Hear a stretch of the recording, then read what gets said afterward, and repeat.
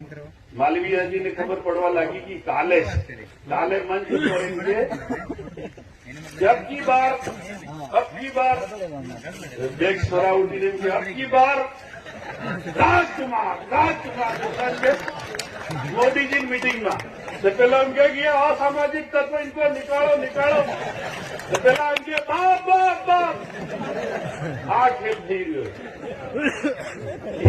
एक सोरो फेर फोटो तो मोदी जी नो हाथમાં ને પછી એમ કે ગાડીમાં આવીને બેસી ગયો મોદીજીને જોવાય હતા આ લઈને જઈ રહ્યો પણ આના વોટ ને વોટ તો રાજકુમારને ચાલવાનો હવે જેને મન में है એ તે કોણે બદલાઈ નહીં શકે ને બદલી નહીં શકે તે કોણે કે લાલચ में આવી ગયો एक ध्यान रखिए लालच में अभी जो भाई चोरों ने गले हाथ नौ तो भाई बात मान ले तो माता बहन सोने ने गले दो मात भारतीय जनता पार्टी